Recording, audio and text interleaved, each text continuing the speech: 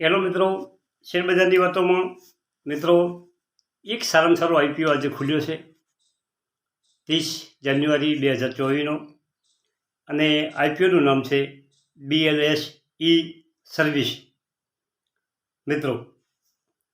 અને આઈપીઓની મેં આજે વાત કરવાની છે કે આ આઈપીઓ મેઇન બોર્ડનો છે. NSE અને BSE પર આ લિસ્ટેડ થશે કંપની. ધમાકેદાર આઈપીઓ છે મિત્રો. અને મિત્રો થોડા સમયમાં આ આઈપીઓ પૂરેપૂરો ભરાઈ જશે. ખુલતરની સાથે સાથે આઈપીઓ ભરાઈ જશે. 50 ગણા ઉપર આઈપીઓ ભરાય એવો આઈપીઓ છે મિત્રો. અને શરૂઆત થઈ છે મિત્રો. થોડા સમયમાં આઈપીઓ પૂરેપૂરો ભરાઈ જાય. આઈપીઓના બધી જ બાજુ ટોટલ વિગત આ વિડીયોમાં આપણે કવર કરીશું. અત્યારે જીએપી કેટલો ચાલી રહ્યો છે, કંપની પર દેવું કેટલું છે, કંપની શું કામ કરે છે, કંપની કેવો નફો કરે છે, આ તમામ વિગતો આ વિડીયોમાં આપણે લેવાની છે. BSNS સેવા આ કંપની 2016માં શરૂઆત થઈ હતી. નામથી તમે અનુમાન આવી ગયું છે કે આ ઈ સર્વિસ કરતી કંપની છે. ડિજિટલ સેવા પૂરી પાડે છે, ઈ સર્વિસ પૂરી પાડે છે. વિઝા, પાસપોર્ટ આ બાબતનું કંપની આ બધું કામ કરે છે.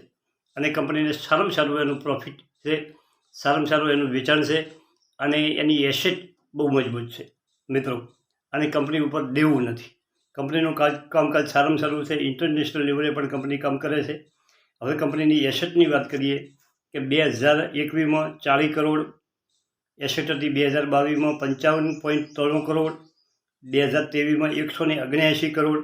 ગજબની એસેટમાં કંપનીનો સતત 3 વર્ષથી વધારો થયો છે. કંપનીનું રેવન્યુ 2021માં 55 કરોડ, 2022માં 98 કરોડ અને 2023માં 247 કરોડનું રેવન્યુ કંપનીએ પેદા કર્યું છે.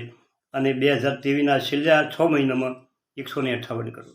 કંપનીનો નફો 2021માં 3 કરોડ, 2022માં 5 કરોડ અને 2023માં કંપનીએ 20 કરોડનો 4 ગણો નફો કર્યો છે. અને છેલ્લા આ 6 મહિનામાં સપ્ટેમ્બર સુધી 14 કરોડનો કંપનીએ નફો કર્યો છે. કંપની ઉપર 2021માં 11 કરોડનું દેવું હતું, 2022માં 8.76 કરોડનું દેવું હતું અને 2023માં 0 દેવું છે. અને અત્યારે કંપની દેવા ફ્રી થઈ ગઈ છે.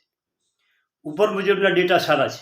કંપનીનો નફો, વેચાણ, એસેટ, કંપની ઉપર દેવું નથી, કંપનીનો આઈપીઓ કેમ લાવી રહી છે એના વિશે એના જે સંચાલકો છે તેમનું કહેવું છે કે ટેકનોલોજી ઇન્ફ્રા ડેવલપમેન્ટ કરવા, મજબૂત બનાવવા, ઓર્ગોનિક ગ્રોથમાં ફંડિંગની જરૂરિયાત પૂરી પાડવા અને જનરલ કોપેક્સ માટે આ આઈપીઓ કંપની લાવી રહી છે મિત્રો.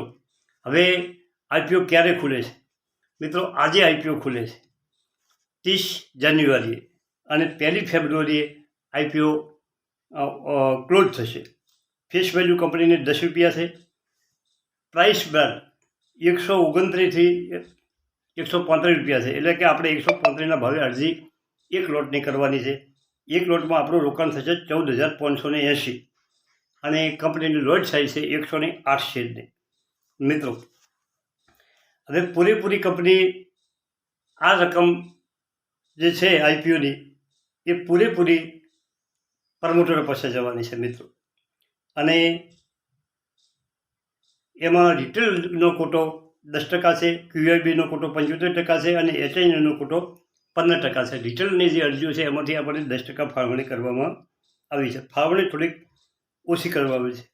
310 કરોડનો ફ્રેશ ઇસ્યુ છે મિત્રો. ઇસ્યુ કંપનીનો ખૂબ નાનો છે અને શેર લાગવો કાઠો છે, પરંતુ લાગશે એના પૈસા 2 ગણા 100% થશે. 15,000ના રોકાણમાં તમને 30,000નું પણ કદાચ પ્રોફિટ થઈ શકે. ડબલ તો 100% થવાના છે મિત્રો. હવે ગ્રે માર્કેટમાં પ્રીમિયમ કેટલું ચાલે છે અને એનું ટાઈમ ટેબલ કેવું છે એની વાત કરીએ કે 30 જાન્યુઆરીએ ઓપન થાય છે, 1 ફેબ્રુઆરીએ બંધ થાય છે, 2 ફેબ્રુઆરીએ એલોટમેન્ટ મળશે અને 5 ફેબ્રુઆરીએ તમારા ડિમેટ ખાતામાં શેર ક્રેડિટ થશે અને 6 તારીખે કંપની લિસ્ટિંગ થવાની છે મિત્રો. હવે કંપની કેટલા પ્રીમિયમ ઉપર તારી ચાલી રહી છે, એના પ્રીમિયમનો રેશિયો કેટલો છે મિત્રો?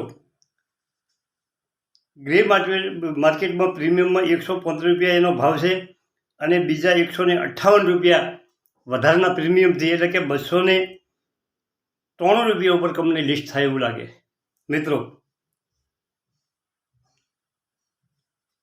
એટલે કે 117% પ્રીમિયમ પર કંપની ચાલી રહી છે મિત્રો. હવે આ પ્રીમિયમમાં વધઘટ થઈ શકે છે, ઓછું પણ થઈ શકે, વધારે પણ થઈ શકે. છેલ્લી તારીખ 1 ફેબ્રુઆરી 2024, તે દિવસે બજેટ પણ છે. બજેટમાં તમે બજેટને કારણે એ આઈપીઓ કેટલું લિસ્ટિંગ વધે છે, કેટલું ઘટે છે, એ પણ જોવાનું રહ્યું. છેલ્લી તારીખ સુધી તમારે રાહ ન જોવી હોય તો તમારે 100% અરજી તમારો કિસ્મતોમાં અજમાવવા જેવો છે. અને સારામાં સારો આઈપીઓ આજે BLS ઈ સર્વિસનો આઈપીઓ તમારે ભરવો જોઈએ.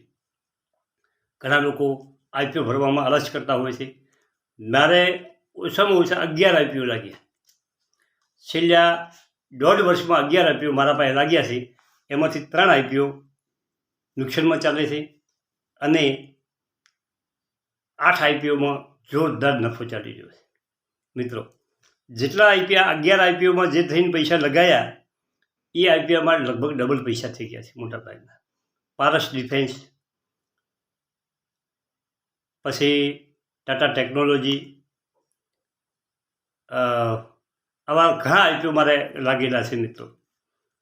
અને આ બધા આઈપીઓ અત્યારે મેં એક પણ આઈપીઓ મને લાગ્યા છે એમાંથી મેં વેચ્યા નથી. ખાલી ફક્ત 3 આઈપીઓ 3,000ના લોસમાં, એટલે કે 10,000નો લોસ 3 આઈપીઓમાં છે. પણ જનરલ નફો ગણો તો જે આઈપીઓમાં લગાયા એના ડબલ પૈસા, કોઈમાં ઓછા થયા હોય, કોઈમાં ડબલ થયા હોય. પારસે આઈમાં તો 50,000નું પ્રોફિટ છે. આવા આઈપીઓ તમારે ભરવા જોઈએ. તમારા પાસે જો પૈસાની સગવડ હોય તો સારો આઈપીઓ ભરવાનો. અને સારા આઈપીઓમાં તમે અરજી કરવાથી તમે શેર ન લઈ શકો, પણ તમે આવા આઈપીઓ લઈને મૂકી રાખો તો તમારા પૈસા ડબલ, 3 ગણા, 2 ગણા. ધારો કે મોટી જ્વેલર્સ